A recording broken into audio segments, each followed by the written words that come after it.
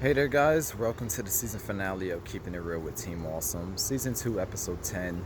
I'm going to be taking a break from posting up YouTube videos and Instagram videos on social media due to all the craziness that's happening in the world, but I want to make this video special because we're going to be focusing on gun violence in this country, America.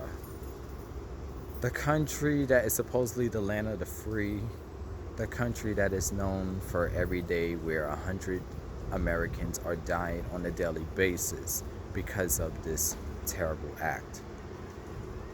I live in Brooklyn. Just recently we had gun violence in Brownsville. This was basically hours after El Paso, Texas dealt with their massive gun shooting. And then hours after that, Dayton, Ohio dealt with their massive gun shooting. So you had 20 plus people get killed in Texas, and then another additional 9 with a lot of injuries get hurt or killed.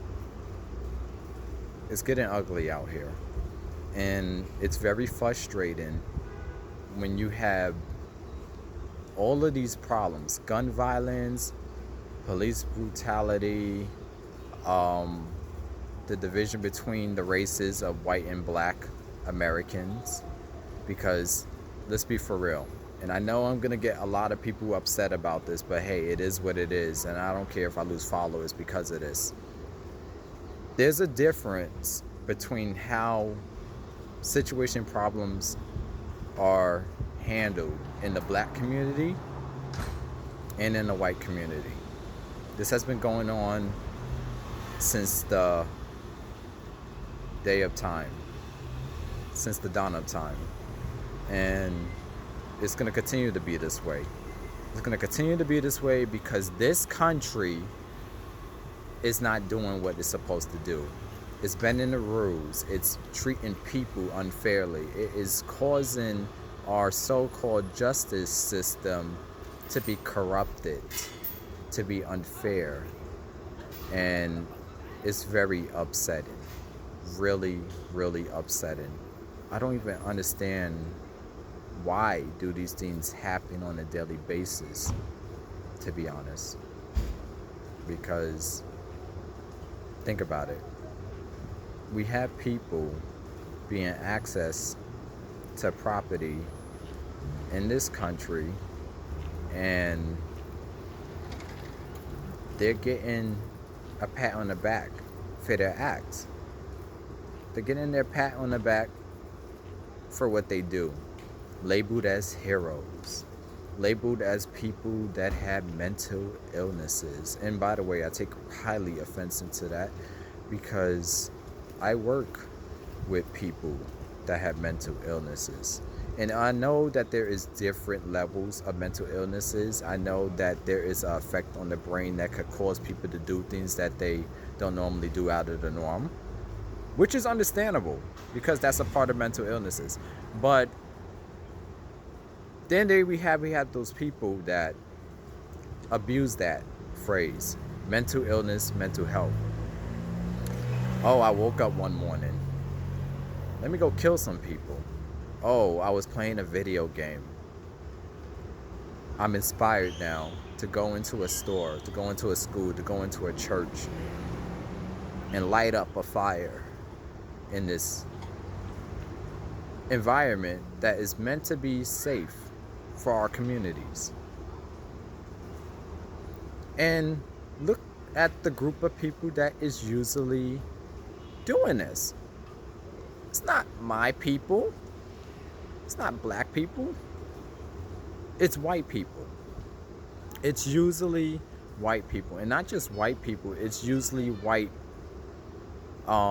nationalists that are doing this, white supremacist people that are doing this, or just the not right in the head white people that make that decision to turn your everyday life into a nightmare. And what is our country doing about it? Absolutely nothing. All you see is talk, talk, talk, talk, talk. That's it. That's all you see in this community. Talk, no action. And if there is action, it's unfair action. Because let's be for real, as I mentioned earlier about police brutality, let a black person do this, they get shot on the spot. Let a white person do this, they get handcuffed. See the difference? And I know people are going to say, oh, both parties, there is a difference. The difference would be resistance. Well, yeah, tell that to Eric Gardner, who's dead right now. People are saying on the media, oh, he resisted arrest. Well, what happens if he didn't resist arrest? What happens if he actually followed the guidelines of what to do when you're being placed underneath arrest with an officer and he still ended up dead? Then what do you have to say? We had 3 separate shootings, and each one was horrific than the previous one. I live in a borough where shootings happen all the time. I live in a state where there's nothing but violence, stabbing, shootings, people filming people instead of helping them, people trying to mind their business because they're afraid to speak up, stand out, they're afraid to be judged, they're afraid to basically have people think differently about them. And I'm pretty sure that after people watch this video, they're going to think the same thing concerning me. And that's okay. That's cool. That is cool that people are going to think differently of me after this, because it is what it is. People are going to think about whatever they want to think about concerning you. Be who you are and don't care about what everybody else think. Be who you're meant to be, not what everybody else wants you to be. I grew up being this shy boy in Brooklyn, afraid to speak up, speak my mind, afraid that the next person is gonna say terrible things about me. And I'm pretty sure that's gonna probably happen right after I upload this. And that's cool. But as I was mentioning about the gun violence, let me not speak about me right now. Let's talk about the real situation that's happening. Blacks and whites are split. Racism has been going on way before Obama, way before Mr. 45, way before Bush. But it seems like things are getting worse as time goes on. And it's not going to get any better because we got stupid people out here that are confident. And we got people that are intelligent, full of doubt because they are not doing anything about the problem. And the problem is not necessarily about guns. The problem is the people holding the guns.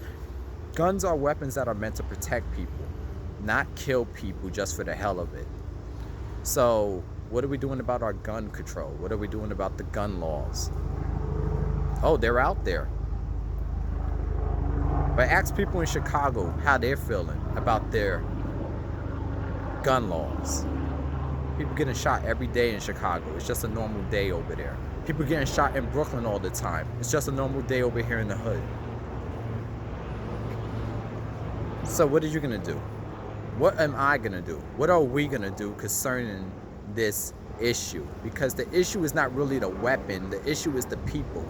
The issue is the people that's in charge in Congress, the people that are in charge of our government. What are they gonna do concerning this gun violence? Because I don't see any other country having this problem. There's gun violence everywhere in the world, but not on the level as this country. So wake up and realize that at the end of the day, there is going to be a split division between race. There is going to be a split division between ideologies and thoughts and visions of how we should view this country, how should we live, belief systems. At the end of the day, it's a black and white thing. And I'm sorry to say that. It really is. And it's not just a black and white thing. It's also a people thing. It is a people thing. When I say people, I'm talking about as a whole, not just particular people. but as a whole. Because if you really sit back and listen to the mindsets of certain people, you gotta sit back and be like, wow, I can't believe this person thinks the way they think and think that it's normal. You know, I grew up and seen a lot of stuff, heard a lot of stuff, actually associate with people that do a lot of stuff. Hell, I've done a lot of stuff too. But it all comes down to your mindset. Stop making excuses for what you do. Stop justifying your actions because of what the next person did, next person, what they said, what you think you heard. And start making a change. Make a change. Not just say it, be the change. That's all I have to say about this. Anyway, thank you for taking the time to watch this video. I'm going to take a break with uploading videos on YouTube or Instagram TV. Be sure to follow me on Instagram, TeamAwesome418. And also on my wrestling page for all you wrestling fans that's probably watching this video as well. Be sure to follow that. Look me up, Lorenzo Dozier. And check out my stuff, you know, the books that I've been writing for the past 10 plus years. And yes, I know it's very crazy that I am plugging in my book because I did ironically speak about violence in my stories.